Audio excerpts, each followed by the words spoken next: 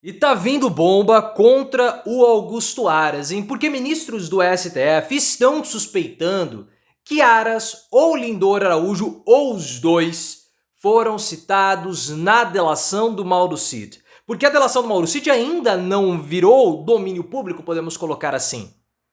Alexandre de Moraes a está preservando e é possível que Aras ou Lindor ou os dois tenham sido citados.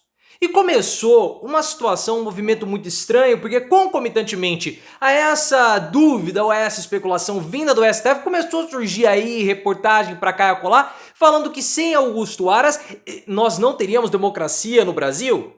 Porque Augusto Aras teria evitado um golpe junto com Dias Toffoli, o ministro do STF que mandou Bolsonaro fugir para os Estados Unidos no final de 2022. Tá estranha essa história, tá esquisita. Talvez Moraes, e aí já vem um pouco da minha especulação e até mesmo um pouco de conspiração, admito. Talvez Moraes esteja preservando a delação do Mauro Cid, porque Cid pode ter citado não somente Aras, mas também o Dias Toffoli. Na sua opinião, qual foi o papel de Augusto Aras nessa estrutura de Bolsonaro com ideações antirrepublicanas? Cid citou Augusto Aras? Aras é herói da democracia nacional? Eu estou sentindo que estão tentando acobertar Augusto Aras, mas qual a sua opinião sobre isso? Deixa o like se você quer o Augusto Aras investigado e também se inscreva no canal. O Robson Bonin da Veja trouxe a informação para nós que ministros do STF estão, no mínimo, curiosos para saberem se houve alguma citação do Mauro Cid ao Augusto Aras na delação à Polícia Federal. Porque o inquérito do 8 de janeiro já foi liberado e publicizado pelo Alexandre de Moraes. Não existem mais nenhuma suspeita, nenhuma proteção. Pera só, um pouquinho, tá escuro, agora eu vi por quê. Agora sim, não há mais nenhum tipo de sigilo, essa era a palavra que estava me faltando, para o inquérito do 8 de janeiro. Entretanto, a delação do Mauro Cid permanece com sigilo, ela não foi publicizada. E no STF, existe aí a curiosidade, porque o Robson Bonin não usou a palavra suspeita, eu estou usando a palavra suspeita. Ele usou curiosidade, vejo como um eufemismo, para saber se houve algum tipo de conversa de Bolsonaro com figuras importantes da PGR no período em que houve as ideações golpistas.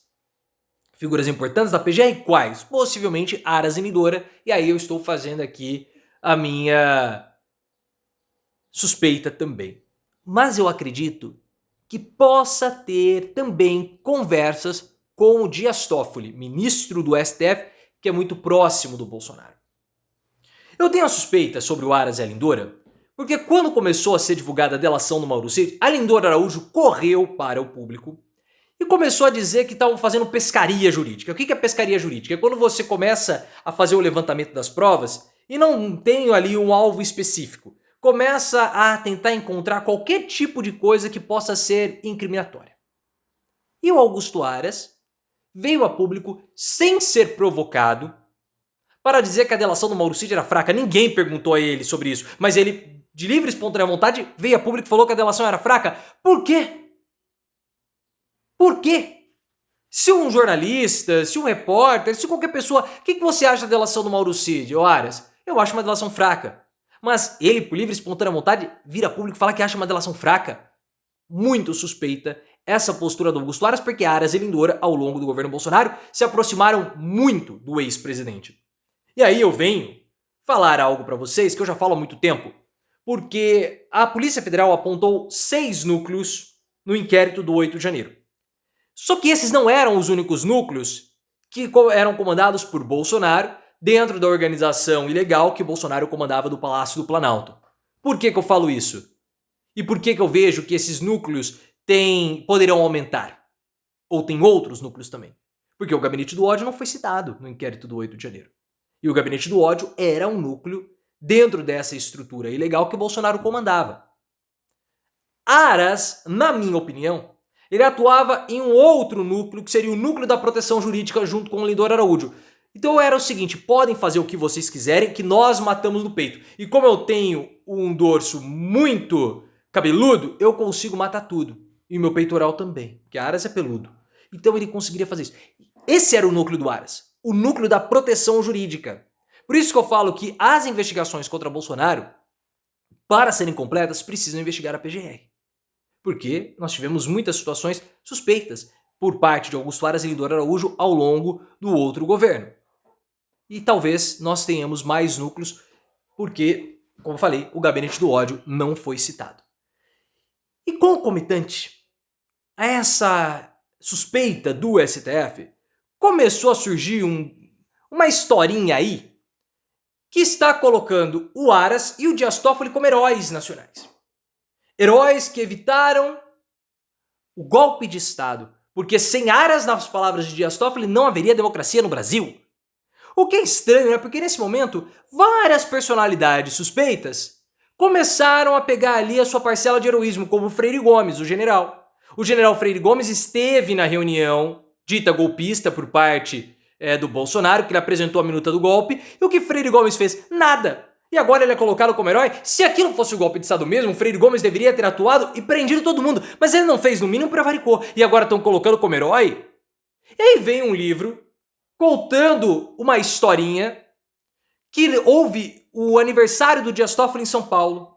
E aí de uma conversa assim despretensiosa do Toffoli com Augusto Aras, eles começaram a trocar informações e descobriram que haveria um plano. E aí eles falaram para o Lula, por intermediários, para que Lula antecipasse a cerimônia de posse ou de diplomação que seria no dia 19 e passou para o dia 12. E isso desbaratinou todo o plano do golpe de Estado. O que é estranho.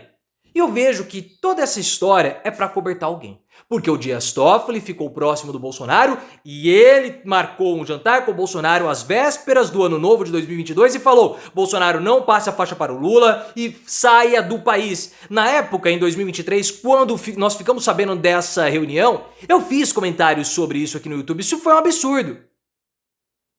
E o Augusto Aras acobertou o Bolsonaro várias vezes. Aras sabia que alguma coisa iria acontecer no 8 de janeiro e não fez nada. Agora estão falando que eles são heróis? Heróis de absolutamente nada, porque o Ministério Público Federal encaminhou informações sobre o 8 de janeiro, sobre algo que poderia acontecer. O Ministério Público mandou um despacho para a Advocacia Geral da União. Aras era ciente sobre o 8 de janeiro, porque houve uma ação do Ministério Público para ser tomada. E essa ação não saiu do MPF, não saiu da gaveta do Augusto Aras. Fora que o Augusto Aras acabou com os grupos de trabalho que estavam feitos para monitorar os bolsonaristas, os patriotários que poderiam fazer alguma coisa. Então Aras sabia e não fez absolutamente nada. Nós sabemos disso. Não é de hoje, porque surgiu essa história. Não, isso já é antigo. Aras teve ao longo do governo Bolsonaro várias situações suspeitas. E ele e Lindor Araújo, o Bolsolão do MEC. O caso do Bolsolão do MEC foi arquivado depois de uma reunião fora da agenda da Lindora com o Flávio Bolsonaro. Lembra do Bolsolão do MEC? Que os caras negociaram até Bíblia em ouro, uma coisa assim absurda. Fora os dois inquéritos que a Polícia Federal apontou crime contra o Bolsonaro. O inquérito do vazamento de dados sigilosos do TSE e da associação dos imunizantes com a doença do Cazuza, do Fred Merck, você sabe qual é. A Polícia Federal apontou crime, Augusto Aras fez o quê? Arquivou. Aras arquivou todas as investigações contra Bolsonaro. Todas. 99% dessas investigações, dessas denúncias, poderiam ser balela, bobeira? Tudo bem. Mas essas duas que a Polícia Federal apontou crime, no mínimo, Aras deveria ter investigado Bolsonaro e ele não investigou. Na minha opinião, Aras tem que ser investigado. Mas qual é a sua?